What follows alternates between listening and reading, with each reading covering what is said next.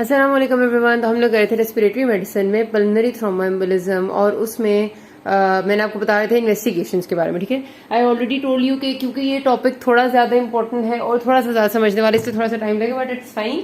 आपने समझ जरूर लेना है इसमें जो बातें हम कह रहे हैं कि इसके पेशेंट को किस तरह मैनेज करना है।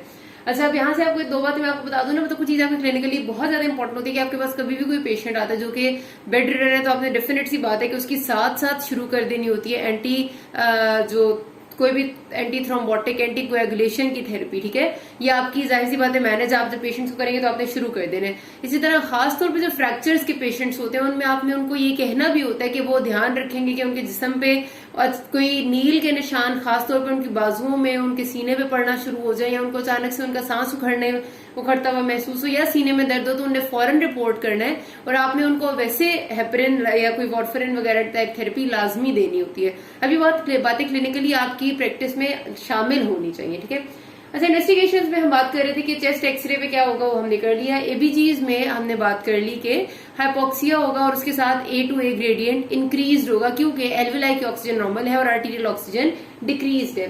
ईसीजी जो है ना, आपकी भी कैरेक्टरिस्टिक चेंजेस आते हैं। अब ईसीजी में चेंजेस क्यों आते हैं, डेफिनेट सी बात है। अब आप देखें, क्योंकि मेरे पास जो पल्मोनरी आर्टरी है ये हार्ट है और पल्मोनरी आर्टरी राइट हार्ट से निकल के आ रही है और लंग में जा रही है, और अब पल्मोनरी आर्टरी में आगे वेसल्स जो है वो बेचारी कॉन्स्ट्रिक्ट होगी और ब्लड आगे नहीं जा पा रहा। अब जब ब्लड आगे कहीं पर, यहाँ पर एम्बुलेंस फंस गई, ये मेरी एक पल्मोनरी आर्टरी है, कोई मतलब उसकी ब्रांच है, मेजर ब्रांच है, उसमें एम्बुलेंस फंस गए, ब्लड जो राइट हार्ट से आ रहा था, राइट एट्रियम और राइट वेंट्रिकल से, अब वो बेचारा आगे नहीं आ पा रहा और वो इधर आगे फंस गए, तो क्या होगा कि back pressure of blood increase होगा। तो इसका मतलब है कि मेरे राइट साइड ऑफ हार्ट पे प्रेशर पड़ेगा और ये स्ट्रेन में आ जाएगा। स्ट्रेन का मतलब है कि दबाव में आएगा, जाहिर सी बात है, ब्लड आगे नहीं जाएगा तो ब्लड पीछे ही प्रेशर डालेगा ना। तो राइट साइड ऑफ हार्ट खासतौर पे स्ट्रेन होता है और आपको ईसीजी में राइट स्ट्रेन की जो चीजें ना वो शो होती हैं। अभी इंशाल्लाह सीवीएस में मैं आपको ईसीजी डिटेल में पढ़ाऊंगी ताकि आपको उसकी लीड्स सारी का पढ़ना आ जाए कि क्या होता है। लेकिन अभी इतना याद रख लें कि सबसे कॉमन ईसीजी की फाइंडिंग होती है साइनस टेकीकार्डिया। साइनस टेकीकार्डिया का मतलब है कि सिंपली हार्ट रेट का तेज हो जाना। जाहिर है, जब आपका हार्ट रेट तेज हो जाएगा तो ईसीजी में जो आपकी नॉर्मल एक वेव होती है, आपको पता है हम नॉर्मली जो देखते हैं वो पी है, देन क्यू, सॉरी इतना बुरा बनाया मैंने, ये पी वेव है, फिर क्यूआरएस है एंड आपकी टी वेव है। ये नॉर्मल जो आपकी P Q R S T wave होती है ये ही बहुत ज्यादा तेज आने लग जाती है। मतलब पहले एक रेगुलर इंटरवल से जो आ रही है वो बहुत तेजी से आने लग जाएगी, उसको हम कहते हैं नॉर्मल साइनस टेकीकार्डिया। साइनस का मतलब होता है नॉर्मल, टेकीकार्डिया मतलब होता है हार्ट रेट तेज होना। हार्ट रेट तेज क्यों होगा, क्योंकि बॉडी में हाइपोक्सिया है, ऑक्सीजन की कमी है, तो हार्ट रेट तो तेज होगा ही ताकि ज्यादा से ज्यादा ऑक्सीजन को कंज्यूम किया जा सके और बॉडी को सप्लाई किया जा सके। ठीक है, तो सबसे कॉमन फाइंडिंग तो यही होती है। उसके अलावा जो एक फाइंडिंग होती है जिसको वो नॉर्मली इस तरह कहते हैं S1Q3T3 पैटर्न नजर आता है। उसका मतलब है कि लीड 1 में आपको एस वेव में चेंज नजर आएगा। ठीक है, एस वेव्स लीड 1 में आपको नजर आएंगी जो नॉर्मली नहीं होती। एस वेव आपको पता है ना, ये P है, QRSNT। ठीक है, उसके अलावा जो लीड 3 है उसमें आपको चेंज यूं नजर आएगा कि Q वेव्स ज्यादा डीप नजर आती है और T वेव इन्वर्जन नजर आती है। ठीक है, तो S1 लीड 1 में S waves, Q waves deep होती हैं लीड 3 में, एंड लीड 3 में टी वेव्स इन्वर्टेड होती हैं। मतलब ये एक चेंज है। अभी मैं आपको जाहिर ईसीजी पढ़ाऊंगी तो आपको पता चलेगा कि लीड्स में क्या क्या कैसे होता है, तभी आप इसको समझ सकेंगे। लेकिन निमोनिक आप याद रख लें, S1Q3T3 पैटर्न है जो आपको नजर आता है। ठीक है, और इस सारे पैटर्न या इस सारी चेंजेस की वजह क्या होती है, right heart strain, right heart पे जो प्रेशर पड़ रहा है ना, ये ईसीजी में चेंजेस ला रहा है। ठीक है, ये पता होना जरूरी है आपको। उसके बाद हमारे पास हो गई, तो अभी तक सारे नॉन स्पेसिफिक टेस्ट चल रहे हैं। इन सब टेस्ट से चेस्ट एक्सरे हमें सपोज नॉर्मल मिला, लेकिन वेस्टर मार्क साइन वगैरह हमें समझ आ गई, एबीजीज पर हाइपोक्सिया नजर आ गया, A to A ग्रेडियंट समझ आ गया हमें, और ईसीजी में हमें साइनस टेकीकार्डिया मिला। हार्ट रेट तेज है, पल्स रेट तेज है, पेशेंट का टेकिपनिया टेकीकार्डिया, उसको डी डायमर्स हम करा लेते हैं, लेकिन डी डायमर्स हम जल्दी नहीं कराते, हम हमेशा बाद में कराते हैं। उसकी वजह ये होती है कि डी डायमर्स में स्पेसिफिक नहीं है। मतलब डी डायमर्स वो होते हैं कि ये आपके जो फिब्रिन डेग्रेडेशन प्रोडक्ट्स हैं, जो किसी भी थ्रोम्बोटिक एक्टिविटी जब बॉडी में चल रही होती है ना, तो ये डी डायमर्स इंक्रीज हो जाते हैं। लेकिन वही बात है कि डी डायमर्स सिर्फ थ्रोम्बोटिक एक्टिविटी में इंक्रीज नहीं होते। पेशेंट किसी भी इंफेक्शियस स्टेट में है, किसी प्रेग्नेंट फीमेल में, किसी और कैंसर में है, तो ट्रॉमा का पेशेंट है, स्ट्रेस, क्रॉनिक स्ट्रेस का पेशेंट है, इन सब में डी डायमर्स एलिवेटेड होते हैं। तो इस वजह से डी डायमर्स हम शुरू में कभी भी नहीं कराते। हमने इतना कर लिया, हमें हिस्ट्री इस बता रही है कि हम थ्रोम्बोएम्बोलिज्म का पेशेंट देख रहे हैं, हमें लग रहा है, तो हमारी अगला काम होता है कि हम सीटी पल्मोनरी एंजियोग्राम कराएं। क्योंकि ये नॉन इन्वेसिव टेस्ट है, ये आराम से परफॉर्म हो जाता है, इसलिए हम इसे कराना पसंद करते हैं। कि क्या होता है इसमें, आप पेशेंट की एक अंदर उसको वेन में एक डाई इंजेक्ट करते हैं और उसके साथ साथ आप सीटी स्कैन करते हैं। नाम समझ आ रहा है ना, पल्मोनरी एंजियोग्राम है, पल्मोनरी वेस्कुलेचर में आपने एक डाई इंजेक्ट की है। वो डाई है जो कि आपको जब सीटी स्कैन करेंगे तो उस पर आपको ब्राइट रेड या फिर व्हाइट कलर की वेसल्स शो करेगी।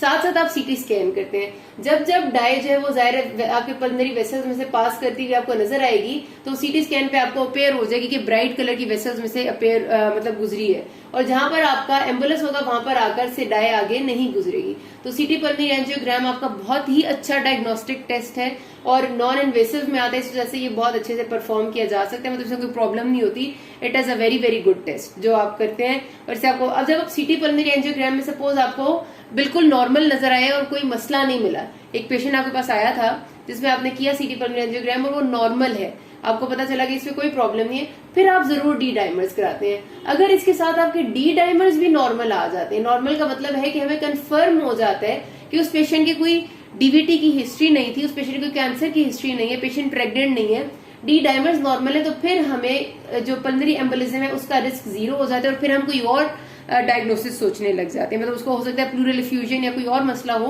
लेकिन फिर पल्मोनरी एम्बोलिज्म नहीं हो सकता। अगर सीटी पल्मोनरी एंजियोग्राम और डी डायमर्स आपने करा लिए एंड दोनों नेगेटिव है, दोनों नॉर्मल है, तो इसका मतलब पेशेंट पे रिस्क जीरो है। अच्छा, अगर आपको सीटी पल्मोनरी पॉजिटिव आ जाता है तो एक और टेस्ट जो आप करा सकते हैं, या फिर आपको शक अभी भी बहुत ज्यादा है क्योंकि पेशेंट की हिस्ट्री सजेस्टिव है, तो फिर आप वेंटिलेशन परफ्यूजन स्कैन कराते हैं। सपोज आपने सीटी पल्मोनरी कराया है, आपको नॉर्मल आ गया लेकिन आपको शक बहुत ज्यादा है कि पेशेंट की हिस्ट्री सजेस्टिव है, तो आप वेंटिलेशन परफ्यूजन स्कैन कराते हैं। ये क्या है आपको पता है, मेरे पास वेंटिलेशन का मतलब होता है हवा का आना एल्वुलाई में, परफ्यूजन का मतलब होता है ब्लड का आना वेसल्स में। ये वेसल्स हैं जो ब्लड जिनमें से गुजर है, और ये एल्वुलाई जिसमें हवा आ रही है। वेंटिलेशन परफ्यूजन स्कैन में आप चेक करते हैं कि कितनी हवा आ रही है और कितना ब्लड गुजर है। उसके लिए वेंटिलेशन को चेक करने के लिए आप पेशेंट को एक आप समझ लें कि रेडियो एक्टिव मटीरियल इनहेल कराते हैं। और जब radio active material patient inhale करते हैं ना, तो उसकी ये वाली जगह में सारों में एल्वुलाई में वो रेडियो एक्टिव मटीरियल भर जाता है। आप एक्सरेज लेते हैं तो वो रेडियो एक्टिव मटीरियल आपको शो होता है कि कौन कौन सी जगह पर प्रेजेंट है। इस तरह आपको पता चल जाता है कि किस किस जगह की वेंटिलेशन हुई हुई है, और इस केस में सारी वेंटिलेशन ठीक होती है लंग की। जाहिर है जब आपका थ्रोम्बस है तो वो आपका वेंटिलेशन को तो कुछ नहीं कह रहा ना, सिवाय इसके कि आपका कोई लंग कोलैप्स हो जाए, उसके अलावा तो वेंटिलेशन ठीक होती है। जब आप परफ्यूजन आपने चेक करनी है ना, तो आप क्या करेंगे कि आप वही रेडियो एक्टिव मटीरियल जो थोड़ा सा डिफरेंट होगा, जाहिर है ब्लड के हिसाब से होगा, वो आप वेन्स में इंजेक्ट करेंगे, पल्मोनरी सर्कुलेशन में देंगे, और पल्मोनरी सर्कुलेशन के आप जब एक्सरेज लेंगे तो पता चल जाएगा कि कहाँ कहाँ पर प्रेजेंट है। तो उस तरह आपको परफ्यूजन का स्टेटस पता चल जाता है। और उन दोनों का स्कैन का मतलब ये है कि आपको V/Q रेशियो आप चेक करते हैं, जाहिर है परफ्यूजन कम होगी, वेंटिलेशन नॉर्मल होगी, तो आपको पता चल जाएगा कि पेशेंट को क्या प्रॉब्लम है, थ्रोम्बोएम्बोलिज्म है या नहीं। अब आपने अगर एक सीटी पल्मोनरी एंजियोग्राम कराया था जो कि नॉर्मल था, और आपने वेंटिलेशन परफ्यूजन स्कैन भी करा ली, वो भी नॉर्मल है, तो फिर आपने उसके बाद कोई तीसरी इन्वेस्टिगेशन नहीं करानी होती। ये कंफर्म हो गया कि पल्मोनरी एम्बोलिज्म नहीं है, ठीक है, डी डायमर्स की भी जरूरत नहीं होती। अगर आपको ऊपर वाली चीजें भी पॉजिटिव हल्की फुल्की मिल रही है और आपका शक स्टिल है, तो फिर एक इन्वेसिव वेंटिलेशन है पल्मोनरी एंजियोग्राम, ये आप कराते हैं। इसमें आप क्या करते हैं कि ये भी आपकी इसमें सिर्फ आप वही पल्मोनरी सीटी पल्मोनरी एंजियोग्राम की तरह ही है कि आपने डाई इंजेक्ट करनी होती है, जो आप नॉर्मली करते हैं आपकी फेमरल वेन में। पेशेंट को सिडेट किया जाता है, लिटाया जाता है, और उसका जो फेमरल ग्रॉइन वाला एरिया, टांगों वाला थाइस का एरिया, वहां पर आप करते हैं, छोटा सा इंसिजन देते हैं, और वहां पर एक मेजर वेन में डाई को, बल्कि कैथेटर को इंजेक्ट करते हैं, डाई भी नहीं, वहां पर कैथेटर इंजेक्ट करते हैं। कैथेटर को फेमरल वेन में पास किया जाता है, पेशेंट सेडेटेड होता है ना, इसलिए उसका मसला नहीं होता, और हल्का सा हमने लोकल एनेस्थीसिया भी दिया होता है। अब जो आपकी लेग में फेमरल वेन से आपने कैथेटर डाला, और उस कैथेटर को आप लेके जाते हैं, इंफीरियर वेना केवा आ गया, इंफीरियर वेना केवा के आप उसको राइट हार्ट में लेके जाते हैं, राइट हार्ट से आप उसको पल्मोनरी आर्टरी में लेके जाते हैं। पल्मोनरी आर्टरी में जब कैथेटर पहुंच जाता है, उसके बाद आप यहाँ पर जहां से आपने शुरू किया था, आप डाई इंजेक्ट करते हैं, और वो डाई आपके पल्मोनरी आर्टरी और पल्मोनरी सर्कुलेशन में जाती है।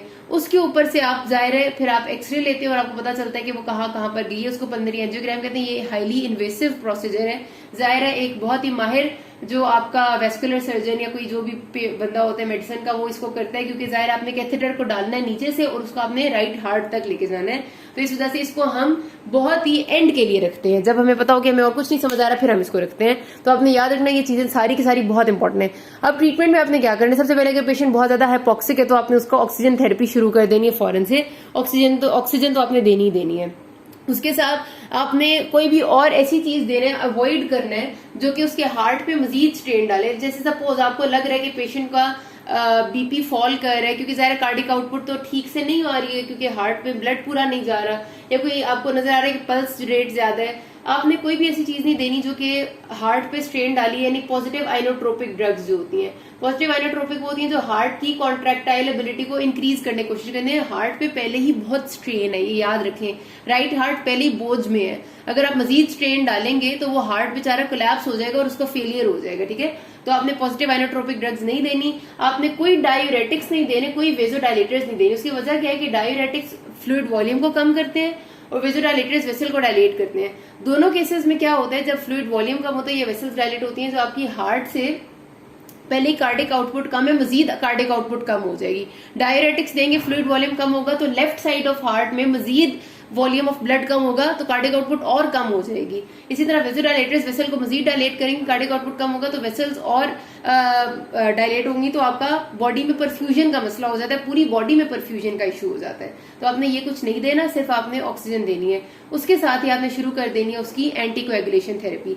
अब आपके पास अगर एक पेशेंट आया ना जिसको आपने आया है, उसने आपको जो हिस्ट्री दी है उससे आपको बहुत ज्यादा शक हो गया कि किसको पल्मोनरी थ्रोम्बोएम्बोलिज्म है, आपने चेस्ट एक्सरे और ईसीजी करा लिया फौरी तौर पे, ये तो फौरन हो जाते हैं ना, और उनसे आपको मजीद क्लियर हो गया कि इसको कोई पल्मोनरी एम्बोलिज्म ही है। आपने जितनी देर में उसकी बाकी इन्वेस्टिगेशंस करनी है ना, उतनी देर में आपने हेपरिन स्टार्ट कर देनी है, वेट नहीं करना होता। आप बिल्कुल भी इंतजार नहीं करते कि आपको पेशेंट जो है वो पहले सीटी पल्मोनरी करा के आएगा और फिर आप उसकी करेंगे। सीटी पल्मोनरी आप जरूर कराएंगे ताकि आप कंफर्म हो, लेकिन हेपरिन स्टार्ट कर चुके होंगे आप तब तक। ठीक है, हेपरिन क्या होती है, आपकी एंटीकोएगुलेशन थेरेपी होती है। आपको याद होगा कि हेपरिन हमारा वो प्रोडक्ट है जो कि एंटी थ्रोम्बिन 3 के एक्शन को बेसिकली एनहांस कर देता है, और एंटी थ्रोम्बिन 3 का एक्शन ही होता है कि इसने हमारी बॉडी में एंटीकोएगुलेशन मैकेनिज्म को एक्टिवेट करना होता है by inhibiting factors 2A, factor 7A, factor 10A वगैरह। अच्छा, अब आपको याद होगा हमारे पास दो पाथवेज होते थे उसके कोएगुलेशन की, एक एक्सट्रिंसिक पाथवे था और एक इंट्रिंसिक पाथवे था। जरा सा मैं याद इसलिए करा रही हूँ ताकि आपको चीजें क्लियर होंगी। एक्सट्रिंसिक पाथवे में हमारे कुछ थोड़े से फैक्टर्स इस्तेमाल होते थे, रिजल्टेंटली फैक्टर 10A आता है और फिर प्रोथ्रोम्बिन जो है वो थ्रोम्बिन में कन्वर्ट हो जाता है। ठीक है, और इंट्रिंसिक पाथवे में हमारे इसमें सिर्फ आता है फैक्टर 5 हमारा एक इस्तेमाल हो रहा होता है, शायद एक कोई और फैक्टर। यहाँ पर factor 12, factor 11, factor 9, factor 8, factor 7 ये सारे आते हैं और फिर फैक्टर 10 आता है और फिर वो प्रोथ्रोम्बिन और वो सब कुछ आता है, और 5 तो आता ही आता है इधर। ठीक है, बहरहाल बताने का मकसद ये कि जो इंट्रिंसिक पाथवे उसमें काफी सारे आते हैं, एक्सट्रिंसिक पाथवे में थोड़े से फैक्टर्स आते हैं।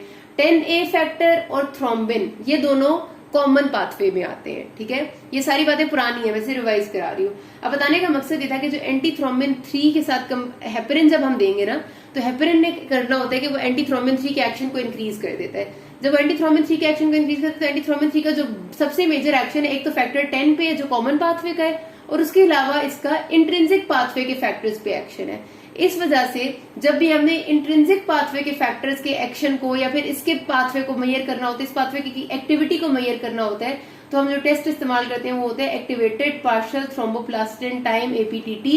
ये बातें बहुत इंपॉर्टेंट है, बहुत इंपॉर्टेंट है, लिख लेना, याद रख लेना कि सारी आती हैं आपकी। ठीक है, APTT आपका वो टेस्ट है जो इंट्रिंसिक पाथवे की एक्टिविटी को मेजर करता है। इसीलिए जब आप पेशेंट को हेपरिन देते हैं तो आप APTT से उसकी एक्टिविटी को चेक करते हैं। क्यों? क्योंकि एंटी थ्रोम्बिन 3 का एक्शन इंट्रिंसिक पाथवे के फैक्टर्स और फैक्टर 10 पे है, तो उसको चेक करने के लिए जाहिर है आपका APTT कॉमन पाथवे तो दोनों ही चेक करते हैं ना, APTT भी और PT आपका जो प्रोथ्रोम्बिन टाइम है, ये दोनों ही आपका कॉमन पाथवे तो दोनों में ही आता है। कॉमन पाथवे में फैक्टर 10 और थ्रोम्बिन आ रहा है, लेकिन उसके अलावा जो PT है वो एक्सट्रिंसिक पाथवे का टेस्ट है और APTT इंट्रिंसिक पाथवे का टेस्ट है।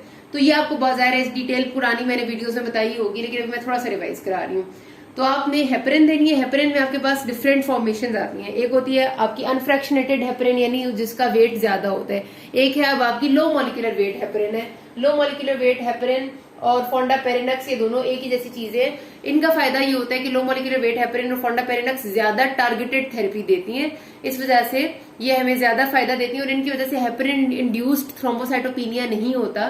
वो भी एक अलग से डिजीज है जिसमें हमारे पास ना बनने लग जाती है एंटीबॉडीज अगेंस्ट हेपरिन वगैरह। तो बार तो याद रख लेना कि low molecular weight heparin is very good और ये देना हम प्रेफर करते हैं, और ये आप लॉन्ग टर्म दे भी सकते हैं और प्रेग्नेंट फीमेल्स में दे सकते हैं क्योंकि इसकी एबिलिटी है कि ये प्लेसेंटा क्रॉस नहीं करता। ये भी आपका एमसीक्यू और वाइवा का क्वेश्चन है। अब वार्फरिन जो है ना आपकी, ये भी एक एंटीकोएगुलेशन की थेरेपी है जो कि बेसिकली उन फैक्टर्स को मेनली अफेक्ट करता है जो कि आपके विटामिन के डिपेंडेंट है। आपको पता है ना कि हमारे क्लॉटिंग फैक्टर्स कुछ ऐसे हैं जिन्हें विटामिन के से एक्टिव होना होता है, उसके लिए एक एंजाइम चाहिए होता है विटामिन के एपॉक्साइड रिडक्टेज एंजाइम।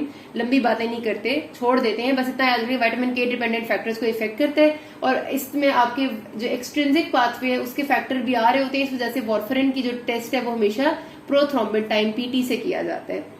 वार्फरिन का मसला ये है कि ये आप लॉन्ग टर्म नहीं दे सकते, प्रेग्नेंट फीमेल्स में नहीं, लॉन्ग टर्म तो है दे सकते हैं, प्रेगनेंसी में नहीं दे सकते क्योंकि ये प्लेसेंटा क्रॉस करता है। ठीक है। हेपरिन का सबसे बड़ा मसला ये है कि इसका जो नॉर्मल वाला हेपरिन है उससे हेपरिन इंड्यूस्ड थ्रोम्बोसाइटोपिनिया बहुत ज्यादा हो जाता है। ठीक है, जो कि आपका कोएगुलोपैथी कर देता है। बहरहाल फिर वही बात है, लंबी बातें हो जाएंगी, फिर वीडियो बहुत ही लंबी हो जाएगी। लेकिन ये सारी ना फार्मा है आपकी, फार्मा को अगर आप एक नजर देख लेना और आपको याद हो तो आपको जरा भी मसला नहीं होगा। किसी को ना समझ आए तो पूछ लेना, मैं फिर बता दूंगी, लेकिन अभी बहुत लंबा हो जाएगा। बहरहाल हमने ये थेरेपी देनी होती है हेपरिन वार्फरिन की, और कुछ कॉन्ट्राइंडिकेशन है इनकी जो मैंने आपको बता दी है।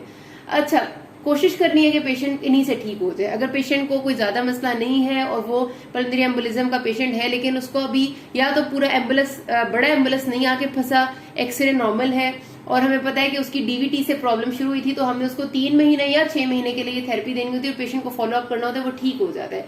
अच्छा, एक और टेस्ट इधर होता है कि आप ना डीप वेन्स का डॉपलर अल्ट्रासाउंड करें।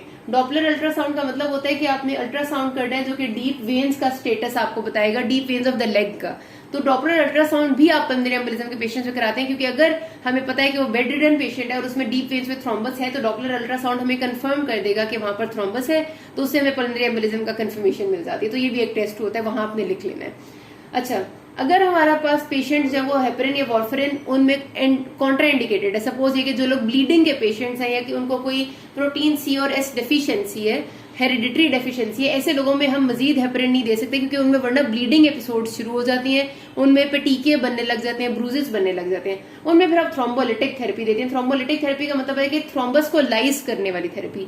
ये जो हम दे रहे हैं, हम थ्रोम्बस ना बनने वाली चीजें दे रहे हैं, यानी बॉडी में हम एंटीकोएगुलेशन को एक्टिवेट करेंगे। ये होता है कि जो थ्रोम्बस बना है उसकी लाइसिस कर देना। तो थ्रोम्बोलिटिक थेरेपी में स्ट्रेप्टोकाइनेज वगैरह आते हैं, लेकिन ये ज्यादा लंबे अरसे के लिए हम नहीं देते, क्योंकि इससे आपके और प्रॉब्लम्स शुरू हो जाते हैं। ये बात है फिर फार्मा की बात है, जरा इसको मैं भी हाथ होले रखती हूँ, ये इतनी इंपॉर्टेंट नहीं है। हेपरिन ज्यादा इंपॉर्टेंट है। सबसे पहली बात दूसरी याद रखने की, सबसे पहले जब पेशेंट आएगा ना तो हमने वार्फरिन क्यों नहीं शुरू करनी, क्योंकि हेपरिन का सबसे मैकेनिज्म ऑफ एक्शन जो है ना आपका मिनट्स में शुरू हो जाता है। हेपरिन ने ऑलरेडी फॉर्म्ड चीजों पे एक्ट करना होता है, एंटी थ्रोम्बिन 3 पहले से बनी होती है, हेपरिन ने उसी के एक्शन को इनहेंस करना होता है। तो इस वजह से आपने फौरन ये देनी होती है कि इसका एक्शन जल्दी शुरू हो जाता है। ये बात ज़हन में रखनी है आपने, ठीक है। वार्फरिन आपसे पूछते होते हैं ना कि वार्फरिन क्यों नहीं पहले दी, क्योंकि वार्फरिन देर से एक्ट होती है, क्योंकि ये आपके नए बनने वाले फैक्टर्स पे एक्ट करती है। अच्छा, उसके बाद आपके पास ना कुछ ऐसी ड्रग्स आ गई जो डायरेक्ट आपकी चीजों को इनहिबिट करें, जिसमें आपने फार्मा में पढ़ा था direct thrombin inhibitors, direct factor 10 inhibitors. आपको याद होगा डायरेक्ट थ्रोम्बिन इनहिबिटर्स में तो वो एर्गेट्रोबैन, डेबिगैट्रन थे। फैक्टर 10 इनहिबिटर्स में आपके रिवेरोक्साबैन और कुछ और नाम थे। तो बाहर फैक्टर 10 को इनहिबिट करेंगे तो कॉमन पाथवे का एक फैक्टर इनहिबिट हो जाएगा, थ्रोम्बिन को इनहिबिट करेंगे तो कॉमन पाथवे का थ्रोम्बिन। दोनों केसेस में हम क्लॉट की फॉर्मेशन को इनहिबिट कर रहे हैं। तो ये ड्रग्स भी दी जा सकती हैं, ये नई ड्रग्स कंसिडर की जाती हैं, हेपरिन वार्फरिन से और ज्यादा अच्छी भी हैं। जिन पेशेंट्स में हर तरह की मेडिकल थेरेपी कॉन्ट्रा इंडिकेटेड होती है, जो बहुत ब्लीडिंग के पेशेंट्स हैं या फिर जिनमें मेडिकल थेरेपी देने के बावजूद कोई फायदा नहीं आता, जिस तरह कैंसर के पेशेंट्स होते हैं, कैंसर के पेशेंट्स के क्लॉट्स बहुत रेजिस्टेंट होते हैं, उनमें आपने इंफीरियर वेना कैवा या सुपीरियर वेना कैवा में फिल्टर लगाना होता है। फिल्टर जिस तरह पानी का फिल्टर आप लगा देते ना, ये मेरे पास एक पाइप है, इसमें मैं एक जाली लगा देती हूँ, ठीक है। जाली से क्या होगा कि पाइप से पानी तो आगे जाएगा, लेकिन जो गंद मंद है वो जाली पे रह जाएगा। सेम इसी तरह आप इंफीरियर वेना कैवा एक पाइप है, इसके अंदर आप फिल्टर फिक्स करते हैं सर्जरी करके। उससे क्या होता है, ब्लड तो आगे चला जाता है लेकिन क्लॉट्स जो है ना वो पीछे जाली पे रह जाते हैं। तो इस तरह क्लॉट्स को आगे जाने का खतरा कम हो जाता है। लेकिन अब उसका प्रॉब्लम यही होता है कि वो क्लॉट अगर जाली पे रहेगा तो वो जाली भी तो बंद हो सकती है, जाहिर सी बात है वो ऑक्लूड हो जाएगी। तो इसलिए आपने कभी भी केबल फिल्टर लंबे अरसे के लिए नहीं देना होता, थोड़े अरसे के लिए देते हैं और कोशिश करते हैं पेशेंट को मेडिकल थेरेपी फिक्स करें। लेकिन जब तक नहीं मेडिकल थेरेपी तब तक केबल फिल्टर भी चल सकता है। यहाँ पर बात खत्म करते हैं। किसी को कोई भी मसला हो can ask me. Thank you.